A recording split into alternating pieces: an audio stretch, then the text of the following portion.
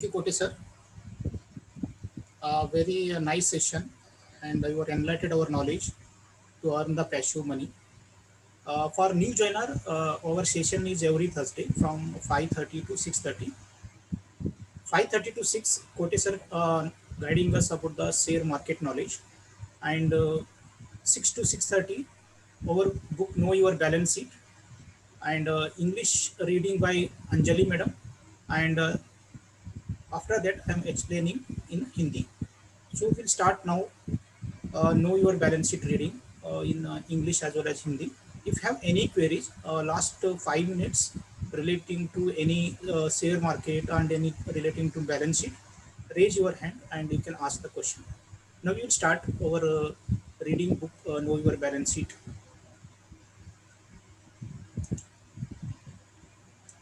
Yes, thank you, HR sir. Good evening, all. This is Anjali Deshpande, founder of Right Plus, and I'm also the editor of this book, Know Your Balance Sheet. So, by the time the book opens, I'll quickly recall that last time we learned about trading, manufacturing account, P&L account, and sales account, and also about indirect income. So this time we will be learning about purchase account.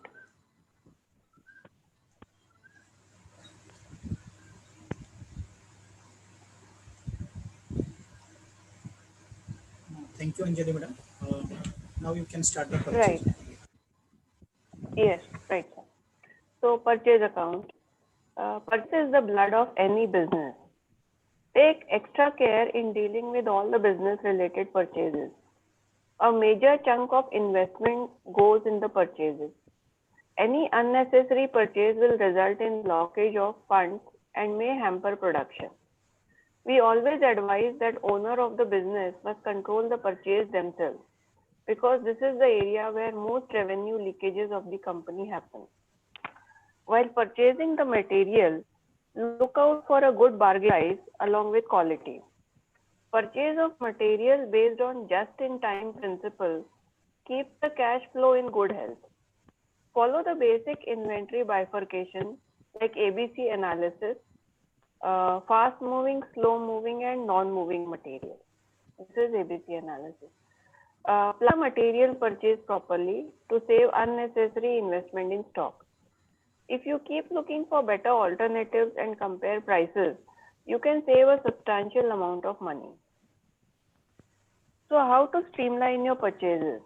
Let's have a look at some points. Check the purchases on daily, weekly, and monthly basis. Accountants must check whether all purchase invoices are booked. Compare purchases on month-to-month basis and compare with sales ratio. Ensure that all debit notes are properly issued and credit notes received are recorded in the books.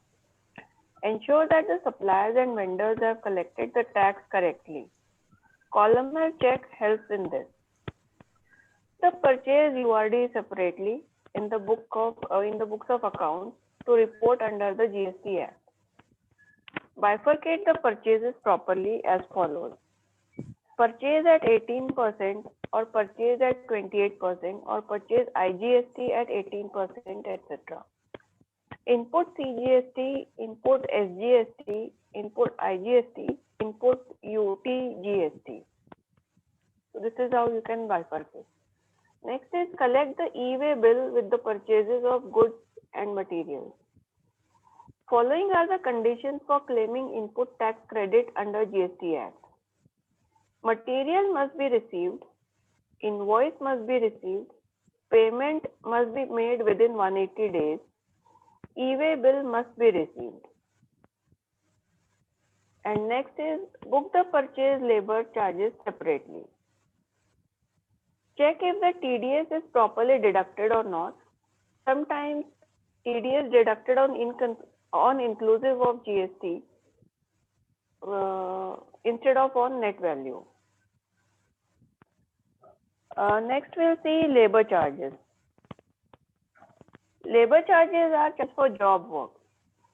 Job work refers to processing to be done on components or parts that a manufacturing company produces. Job work is largely labor oriented. Many companies outsource the job work to some other companies, for example, machining, etc.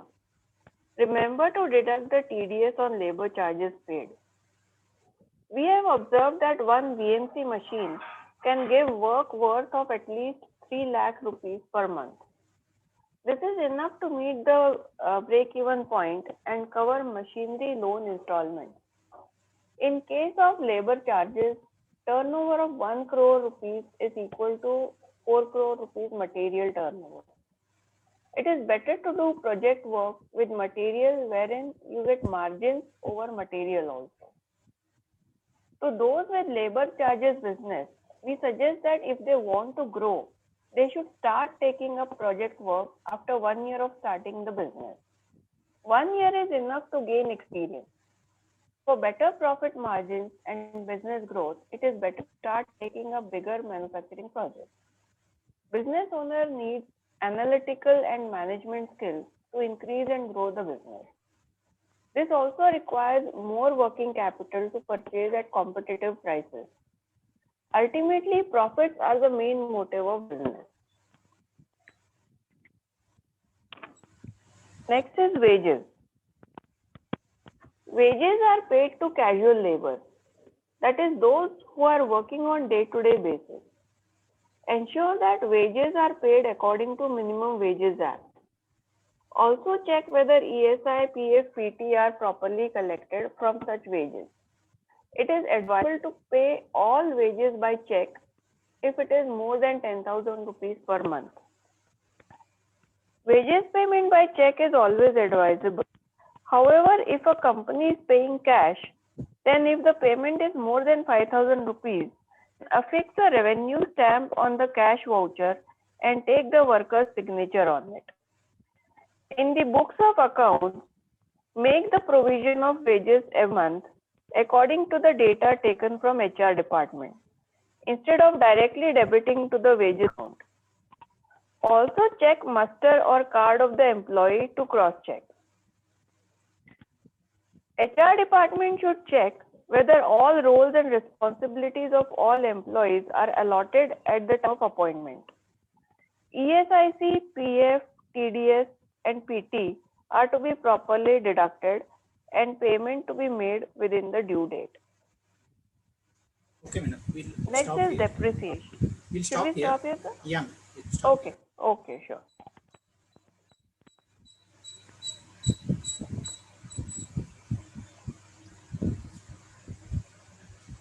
Good evening and welcome all.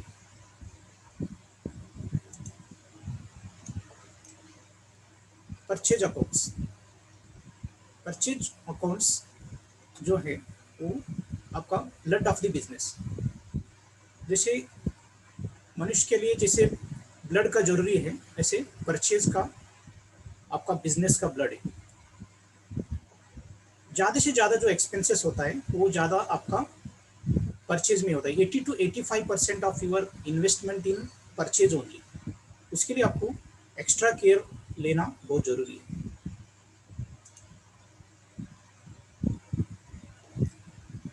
जो major chunk of investment है आपका ज़्यादा वो purchase में होने वाला है।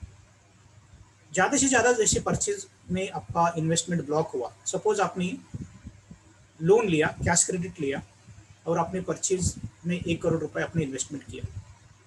इसमें आपका 2 टाइप का लॉस होता है। एक तो आप उधर इंटरेस्ट पे कर रहे हैं और आपका ज़्यादा मटेरियल उसमें इन्वेस्टमेंट होके उधर कुछ खराब होने का चांसेस रहते हैं। उसके लिए आपको जो परचेज है, परचेज में आपको ज़्यादा से ज़्यादा ध्यान देना है। जो ओनर है, ओनर लोगों को, चाहे छोटा मोटे कंपनी जो जिसका टर्नओवर 5 करोड़ से 10 करोड़ से ज़्यादा ओनर इन्वॉल्व होने से आपको ज़्यादा फायदा होगा परचेज करते टाइम। बड़े कंपनी में ये पॉसिबल नहीं है। बड़े कंपनी में आपको परचेज डिपार्टमेंट सेपरेट रखना बहुत ज़रूरी है, बट आपको इंटरनल कंट्रोल सिस्टम परचेज के ऊपर रखना बहुत ज़रूरी है। सपोज उधर इंटरनल कंट्रोल सिस्टम परचेज में बराबर नहीं है, आपका लीकेजेस का चांसेस बहुत ज़्यादा होता है उसमें से। परचेज में लीकेज करने के बहुत सारे चांसेस रहते हैं। आपका मटेरियल में जब पेमेंट करते टाइम में ये बहुत सारे उधर लूप होल होने का चांसेस है, उसके लिए आपको ज़्यादा से ज़्यादा ध्यान देना बहुत ज़रूरी है। जब आप मटेरियल परचेज करेंगे इसमें आपको बार्गेनिंग करना है। बार्गेनिंग मीन्स आपको जो भी कॉम्पिटिटर है वो कैसे कम रेट में आपका मटेरियल परचेज हो रहे हैं उधर, आप एक रिसर्च भी करना है। आपको कुछ कॉम्पिटिटर का डाटा नहीं लेना है, बट आपको रिसर्च करना है। जैसे एक मटेरियल आपको लेना है तो आपको 4 लोगों से कोटेशंस लेना है, उसके साथ में आपको कंपैरिजन करना है। जो लोग आपको अच्छा quality as well as rate दे रहे उससे आपको मटेरियल परचेज करना बहुत ज़रूरी है। मटेरियल जो होता है आप इसको जस्ट इन टाइम में भी परचेज कर सकते हैं। जस्ट इन टाइम क्या होता है?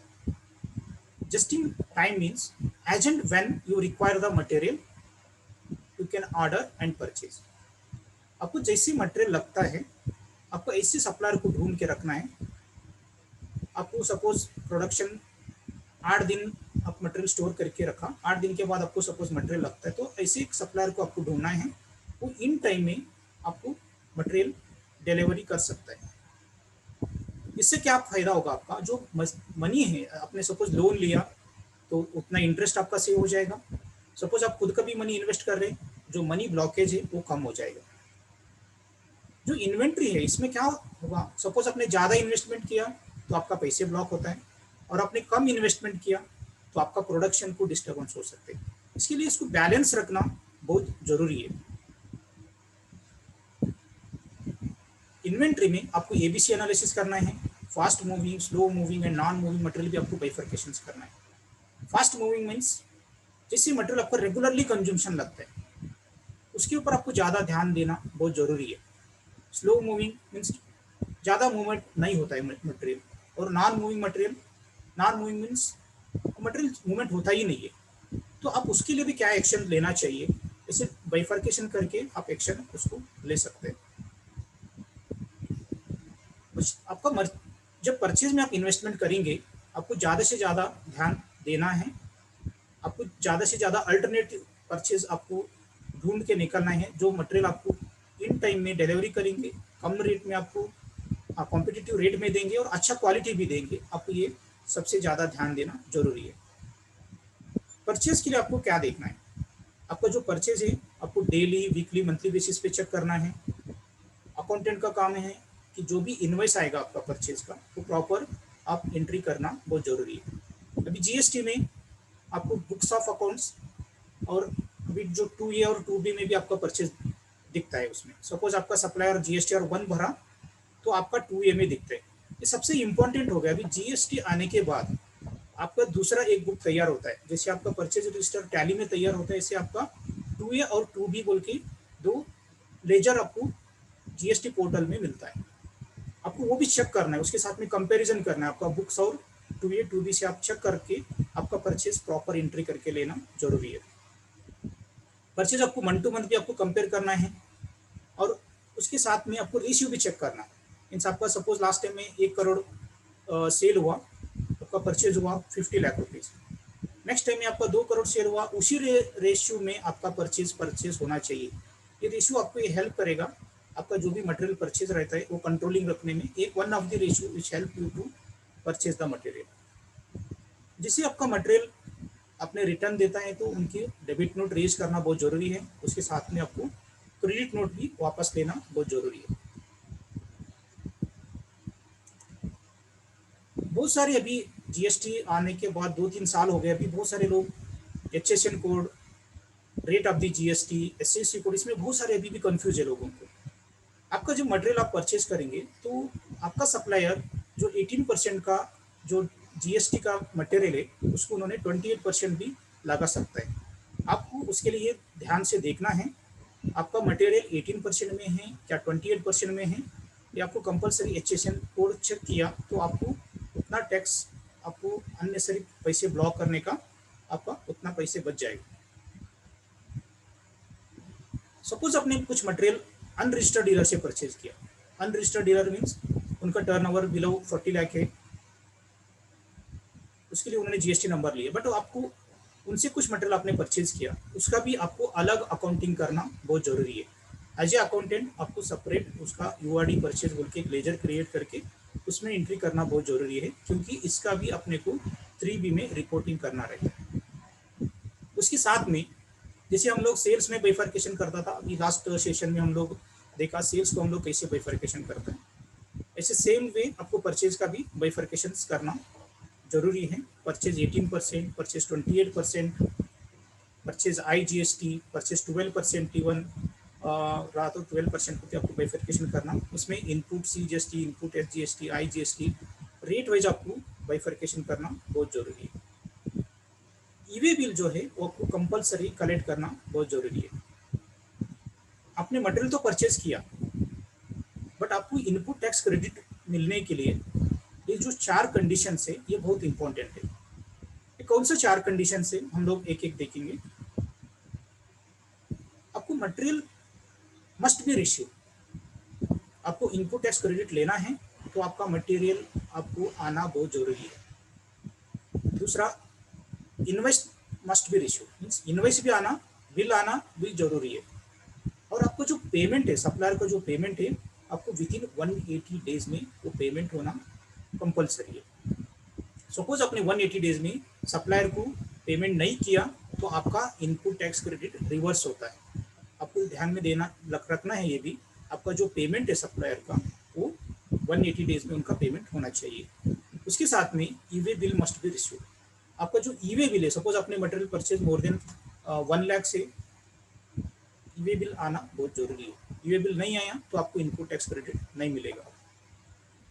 परचेज लेबर चार्ज आपको सेपरेट रखना है। जैसे जीएसटी आ गया, सब अभी पहले कैसे लेबर चार्जेस के लिए सर्विस टैक्स रहता था, वो एग्जाम्शन में रहता, एग्जाम्शन रहता था, बट लेबर चार्जेस अलग एंट्री होता था और वैट के लिए अलग एंट्री होता था। बट जैसे जीएसटी आ गए, जीएसटी आने के बाद सब लोग क्या करते हैं कि परचेज 12%, परचेज 18%, कुछ मटेरियल भी 12% का रहेगा, मटेरियल भी, लेबर चार्जेस भी 12% रहेगा। इसमें क्या दिक्कत होगा आपको, जैसे टीडीएस का जब आप कैलकुलेशन करेंगे, जैसे labour charges, sales purchase labour charge के ऊपर आपको टीडीएस कट करना बहुत जरूरी है। इसका बाइफरकेशन करने के लिए बहुत दिक्कत होती है जब आप टीडीएस कैलकुलेशन करते हैं। उसके लिए आपको ये सबसे इंपॉर्टेंट है, आपका परचेज और purchase labour charges separate entry करके प्रॉपर टीडीएस डिडक्ट करना बहुत जरूरी है। जो टीडीएस कट करना है वो आपको बेसिक के ऊपर कट करना है, नॉट ऑन जीएसटी। ये ध्यान में रखना है आपको टीडीएस कट करते time. Next we go to labour charges. Labour charges is a charges for job work. भी बहुत सारे मैन्युफैक्चरिंग कंपनी में हम लोग थोड़ा डेफिनेशन से ज़्यादा हम प्रैक्टिकली बात करेंगे। जैसे आपको कुछ मटेरियल मशीनिंग करके देना है तो आप इन हाउस हो, उसके लिए सेपरेट मशीनरी कोई कंपनी इन्वेस्टमेंट नहीं करेंगे। उसके लिए क्या करेंगे वो लोग, वो जो जॉब वर्क है वो बाहर आउटसोर्स करेंगे। वो जो जॉब वर्क है उसको फिनिशिंग करके, कुछ नहीं तो कुछ उसको मॉडिफिकेशन करके आपको वापस आ जाते हैं। उसको क्या बोलते हैं, लेबर चार्जेस। लेबर चार्जेस ये जो रहता है इसको टीडीएस अप्लीकेबल होता है। जैसे आपने पेमेंट करेंगे उनको, पेमेंट करते टाइम में आपको टीडीएस डिडक्ट करना बहुत जरूरी है। जैसे हम लोग, ये मेरा स्टडी है, जैसे अभी मेरा साथ बहुत सारी मैन्युफैक्चरिंग कंपनी मेरा क्लाइंट है, उसके लिए मेरा जो ऑब्जर्वेशन है लास्ट 15 ईयर्स में, ये मेरा स्टडी है, ये किधर लिखा हुआ नहीं है, ये this is totally my knowledge. जैसे एक मेरा क्लाइंट है, उन्होंने एक 30 to 40 लाख का जो पीएमसी मशीन लेता है, तो उन्होंने जो business 3 to 4 lakh rupees per month करता है, they are surviving, means they are paying their EMI, light bill, rent, वो सब प्रॉपर उन्होंने पे करता है। उससे थोड़ा भी उनका बिजनेस 2 लाख, 1 लाख ऐसे कुछ बिजनेस हुआ, उनको ईएमआई और रेंट पे करने में दिक्कत होता है। उसके लिए दिस इज माई कैलकुलेशन, आपको जो भी VMC machinery having investment of ₹30 to 40 lakh आपने पैसे इन्वेस्टमेंट किया, उससे पहले आपको ये देखना है मेरा order 3 to 4 lakh per month मेरे को मिलने वाला है क्या। पहले आप मार्केट रिसर्च कर दीजिए। ऐसे ही कोई आपका फ्रेंड्स ने वीएमसी मशीन डाला बोल के आप जाके वीएमसी मशीन आपको नहीं डालना है। आपको ये मार्केट रिसर्च करना, मार्केट रिसर्च करके आपको प्रॉपर आपको ऑर्डर मिलने का चांसेस है तो आप मशीनरी डाल दीजिए, तो आपको दिक्कत नहीं आएगा, आपका ग्रोथ हो जाएगा उसमें से। जैसे लेबर चार्जेस में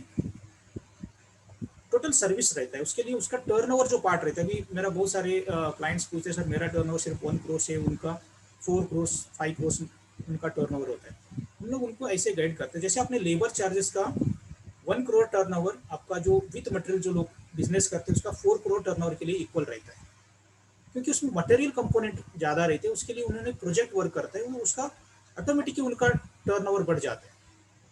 उसके लिए आपको भी इन आफ्टर 1 ईयर प्रोजेक्ट में जाके आप ज़्यादा से ज़्यादा मार्जिन का बिजनेस कर सकते हैं, आपका टर्नओवर भी बढ़ जाता है।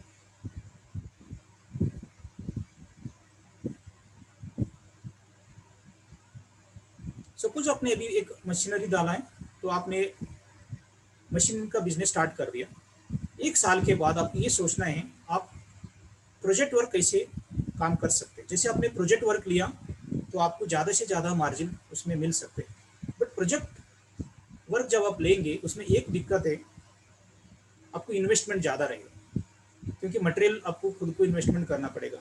कुछ कंपनी आपको 50% एडवांस देता है मटेरियल की, कुछ कंपनी नहीं देता है, उस टाइम पे आपको लोन लेना पड़ेगा बैंक से। ऐसी दिक्कत, ये ऐसे चैलेंज आपको जब आप प्रोजेक्ट वर्क में जाएंगे आपको रहेगा, बट आपको मार्जिन जो पोर्शन है वो ज़्यादा से ज़्यादा आपको प्रोजेक्ट वर्क में मिलने का चांसेस है। जब आप प्रोजेक्ट वर्क स्टार्ट करेंगे आपको ये देखना है जो आपका कस्टमर है वो बराबर है क्या नहीं। बहुत सारे लोगों का हमने प्रैक्टिकली देखा हुआ है, जो कंपनी स्टार्ट करता है तो उनको एक प्रोजेक्ट वर्क दिया रहते हैं, उन्होंने क्या करते प्रोजेक्ट वर्क में 10-20 लाख रुपए मटेरियल डाल के एक प्रोडक्ट बना देते हैं, जैसे वो डिलीवरी के लिए जाता है तो वो रिजेक्शन होता है। जैसे आप अभी जस्ट स्टार्ट कर दिया और उसी टाइम पे आपका मटेरियल रिजेक्ट भी हो गया, तो उस टाइम पे आपको सबसे बड़ा फटका बैठ सकते हैं। उसके लिए आपको ये देखना है जो आपको ऑर्डर दिया हुआ है वो जुनैन कस्टमर है और उनका रिजेक्शन पॉलिसी क्या है, आप उनको क्या कॉम्पिटेंट है, आप उसको प्रॉपर आप डिलीवरी कर सकते हैं। उसके लिए आपको प्रॉपर आपका एनालिटिकल स्किल होना चाहिए और मैनेजमेंट स्किल भी आपको बिजनेस करने के लिए कंपलसरी होना ही चाहिए।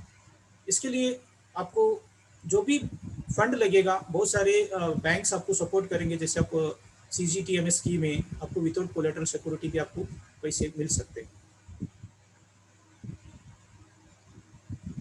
वेजेस, जो wages is the pay to casual labours. जैसे वेजेस है, जैसे आपका जो भी आपका प्रोडक्शन डिपार्टमेंट में लोग काम करते हैं कैजुअल डेली बेसिस, उनको हम लोग जो पेमेंट करते हैं उसको वेजेस बोलते हैं। Accounting term it is wages.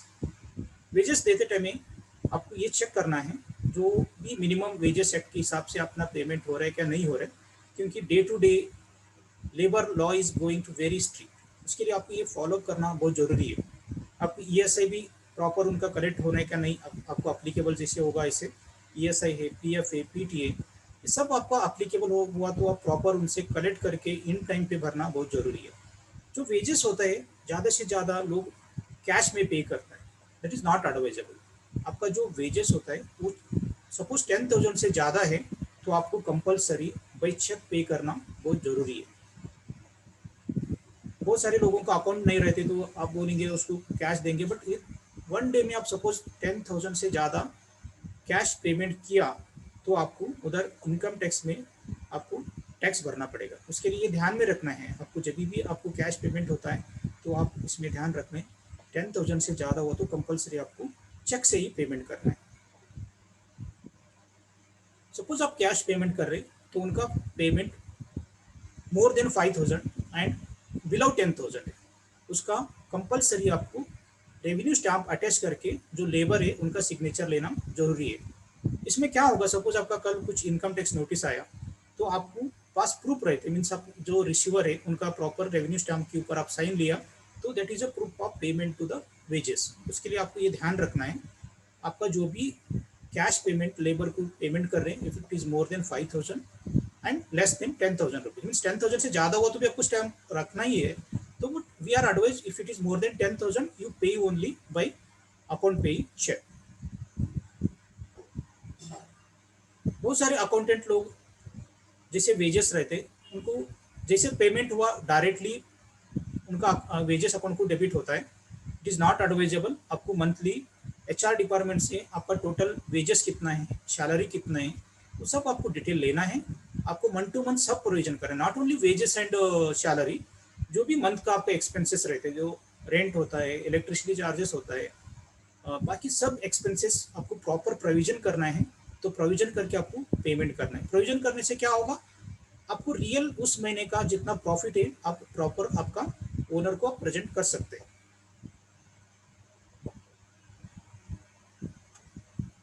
जैसे बड़े कंपनी में एचआर डिपार्टमेंट रहते तो आपका अपॉइंटमेंट लेटर, जो ऑफर लेटर आप एम्प्लॉय को देता है, तो उधर कंपलसरी उनका रोल्स एंड रिस्पॉन्सिबिलिटी क्लियर लिखना बहुत जरूरी है। उनको ऑफर लेटर में उनका क्या रोल है, उनका क्या रिस्पॉन्सिबिलिटी है, उनका क्या क्या काम उनका करना है, ये सब चीज़ें वेरी डिटेल में रहना बहुत जरूरी है एचआर डिपार्टमेंट में। उसके साथ में अभी हम लोग ऊपर डिस्कस किया ईएसआई, पीएफ, टीडीएस जो भी अप्लीकेबल होता है, आपको प्रॉपर कलेक्ट करके गवर्नमेंट को इन टाइम में भरना बहुत जरूरी है। अभी 2021-22 से भी नया रूल हो गया। जैसे ईएसआई, पीएफ आपका सपोज इन टाइम पे आपने नहीं भरा, तो आपको उसके ऊपर इनकम टैक्स भरना पड़ेगा। सपोज आप एम्प्लॉय का ईएसआई, पीएफ आपने कलेक्ट किया, बट गवर्नमेंट को आपने पे नहीं किया, पे किया बट आपने लेट पे किया। सपोज उसका ड्यू डेट रहता 15 ऑफ द नेक्स्ट मंथ, आपने 16 तारीख को भी सपोज पे किया, आपका एम्प्लॉय का ESIPF है 1 लाख रुपए, तो आपको 30% टैक्स पे करना पड़ेगा। मीन्स आपने 30% स्लैब में रहे तो आपको 30% means 30,000 income tax you have to pay to the government. ये ध्यान में रखिए, बहुत इंपॉर्टेंट प्रोविजन है। बिफोर फाइनेंस एक्ट 2021 उधर कुछ आर्गूमेंट कर सकता था। अभी बहुत सारे मेरा क्लाइंट का केस अभी ट्रिब्यूनल, कमिश्नर, अपील पर्यंत हम लोग फाइट कर रहे हैं अभी भी। बट अभी 21-22 फाइनेंस एक्ट जो क्लियरली उन्होंने बताया, आपने सपोज एम्प्लॉई ईएसआई, पीएफ आपने लेट किया, मीन्स 15 तारीख के आप 16 तारीख को भरा, तो आपका उसके ऊपर आपको इनकम टैक्स भरना बहुत जरूरी है। उसके लिए सबके लिए ये एडवाइस है, जो भी अपने एम्प्लॉई का ईएसआई, पीएफ, आपके सपोज फंड का प्रॉब्लम है, एम्प्लॉयर का आप बाद में भर दीजिए, बट एम्प्लॉई को तो इन टाइम भर दीजिए। एम्प्लॉयर का बिफोर फाइलिंग ऑफ रिटर्न आप भर सकते हैं। This is very important provisions. बहुत सारे लोग इसको अभी भी नेग्लेक्ट करता है, क्योंकि वो पहले से आदत आया हुआ है। आपको सबके लिए सजेशन है, ESI, PF you should pay before the due date of the concern act. Concern act means PF ESI act में जो भी 21 और 15 का जो डेट है ड्यू डेट, उसके अंदर पे होना बहुत जरूरी है। Anjali madam, over to you. Sir आगे रीड करना है क्या? अभी 5 मिनट्स है। Can we go for question answer session if anyone have?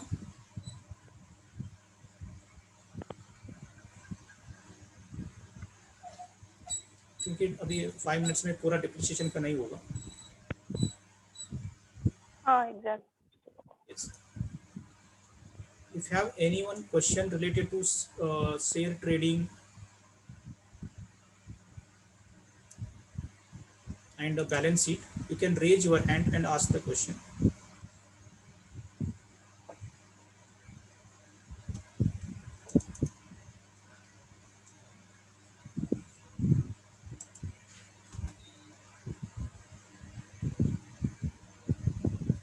You can raise the question, otherwise you type in question answer, we'll answer the your queries.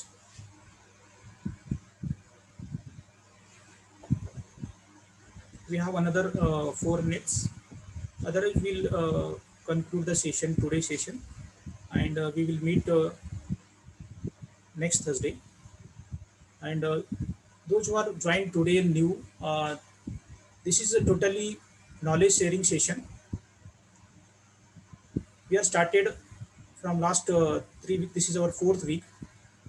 We are decided to read our books, Know Your Balance Sheet. I am the author of book Know Your Balance Sheet.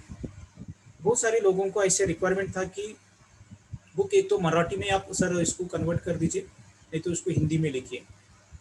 But limitations अपने को भी है तो उसको convert करना, उसके लिए what we decided, we started reading book in Hindi.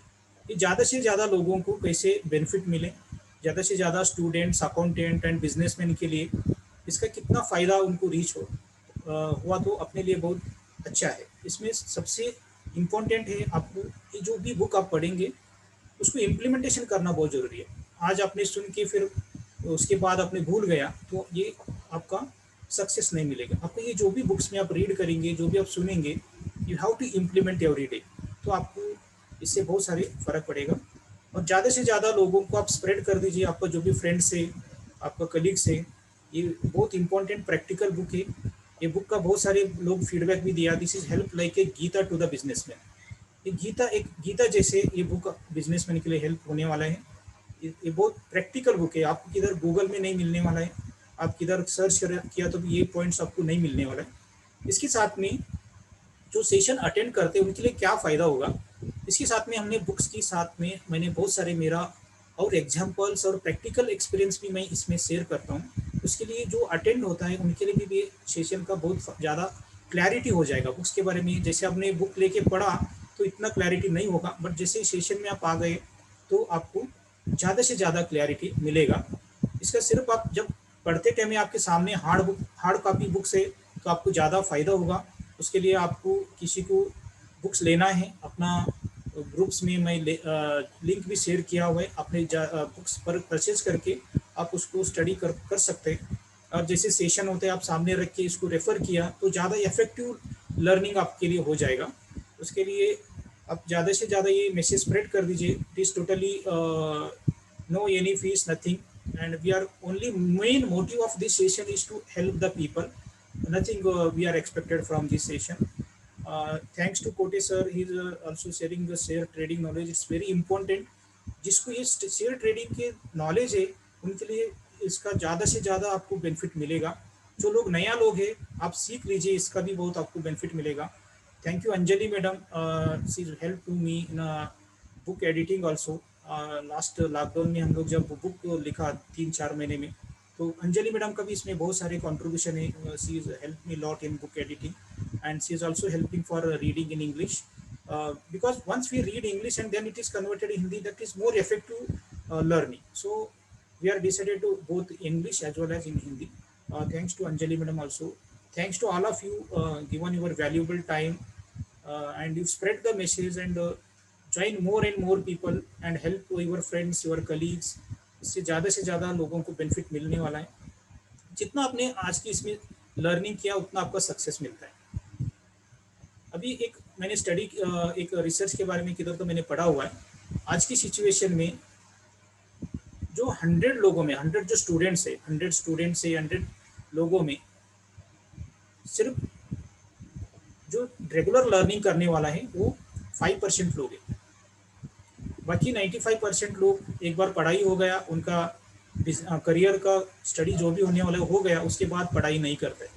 But आपको बिजनेस में सक्सेस होना है, आपको करियर में सक्सेस होना है, आपको नया नया स्किल सीखना, नया नया अपडेट सीखना, नया नया बुक पढ़ना, ये बहुत ज़रूरी है आपकी लाइफ में। बट बहुत सारे लोग नहीं करते, ओनली 5% में स्ट्रिक्टली फॉलो करने वाला सिर्फ 2% ही लोग हैं जो इम्प्लीमेंटेशन करते हैं, जो सीखता है वो इम्प्लीमेंटेशन करता है। उसके लिए जो सक्सेस रेशियो है उसी हिसाब से 100 में 2% लोग सक्सेस होता है। रीज़न यही है, बहुत सारे लोग एक तो पढ़ता नहीं है, आजकल लोग पढ़ने का ये कम हुआ है। जैसे एक बार पढ़ लिया तो अभी कॉलेज के टाइम में बहुत पढ़ा मैंने, इसका भी जो पढ़ने का कुछ ज़रूरत नहीं है। That is wrong actually. हम लोग सीए करते टाइम हम लोग 18 आवर्स हम स्टडी किया, still every day we are reading 2 hours, because updation is very important. जो भी आप सीख लेंगे वो जो पहले कैसे आप एक एक्ट पढ़ा, एक कुछ भी आपने पढ़ा तो वो चेंजेस एक साल में हो जाता था। बट आप कल जो चेंज होगा नया आया वो आज भी चेंज हो सकती है। इतना फास्ट आपका अमेंडमेंट, नोटिफिकेशन, सर्कुलर, इतना फास्ट चेंजेस हुआ है अपना प्रोफेशन में भी। हम लोग every day we are reading 2 hours every day. If you want to become a success, learning is very important. आपका फील्ड में कोई आप इंजीनियर रहे, आपको कौन सा भी फील्ड रहने दीजिए, आपको पढ़ाई करना बहुत ज़रूरी है। उसमें सबसे ज़्यादा important finance is your heart of the business, so that finance के बारे में आपको ज़्यादा से ज़्यादा नॉलेज। बहुत सारे लोग क्या करते हैं कि मेरे तो कुछ काम नहीं है, मेरा जो भी है वो सीए देखेंगे, मेरा अकाउंटेंट देखेंगे। That is actually wrong. If you are doing your business, it is your business, you should understand the finance. आपका बिजनेस का क्या प्रॉफिट हो रहे हैं, क्या लॉस हो रहे हैं, उसके लिए क्या क्या रूल्स एंड रेगुलेशंस है, वो कंप्लायंस क्या है, ये सब चीज़ें आपको समझ के बिजनेस करना आज की इसमें आपको सक्सेस होने के लिए ये सबसे बड़ा इंपॉर्टेंट है। आप गाड़ी चला रहे तो ट्रैफिक रूल आपको ही पता होना बहुत ज़रूरी है। जो पीछे बैठे हैं उनके लिए कुछ संबंध नहीं है, उसके लिए आप बिजनेस कर रहे हैं तो बिजनेस करते टाइम पे मेरे को क्या क्या नॉलेज होना चाहिए। पहले कैसे चलता था, आपने बिजनेस स्टार्ट कर दिया, आप कैसे भी बिजनेस करो, बट आज की सिचुएशन में ऐसे नहीं चलेगा। आपको कौन सा भी बिजनेस करना है तो उसका बारे में आपको कंप्लायंस पार्ट क्या रहते हैं, आपको डेली क्या करना चाहिए, मंथली क्या करना, वीकली क्या करना, ईयरली क्या करना, ये सब चीज़ें आपको समझ के बिजनेस करना सबसे बड़ा इंपॉर्टेंट है। उसके लिए हम सजेस्ट करेंगे ज़्यादा से ज़्यादा आपका फ्रेंड्स में बिजनेसमैन रहा तो बिजनेसमैन आपका कलीग को शेयर कर दीजिए, स्टूडेंट रहे तो स्टूडेंट के लिए शेयर कर दीजिए, आप अकाउंटेंट रहे तो ज़्यादा से ज़्यादा अकाउंटेंट को ये फ़ायदा होना चाहिए। हम लोग ऐसे भी रिकॉर्डिंग में हम शेयर कर रहे हैं, तो apart from that if they are come to the live session, ज़्यादा से ज़्यादा उनका कुछ क्वेरीज है वो भी हम लोग लाइव सॉल्व कर सकते हैं। Thank you for joining everyone. Thanks to all again, once again, thanks to Kote sir, Anjali madam, and thanks to all participants. We will meet in our next session. Thank you very much. Thank you very much, sir.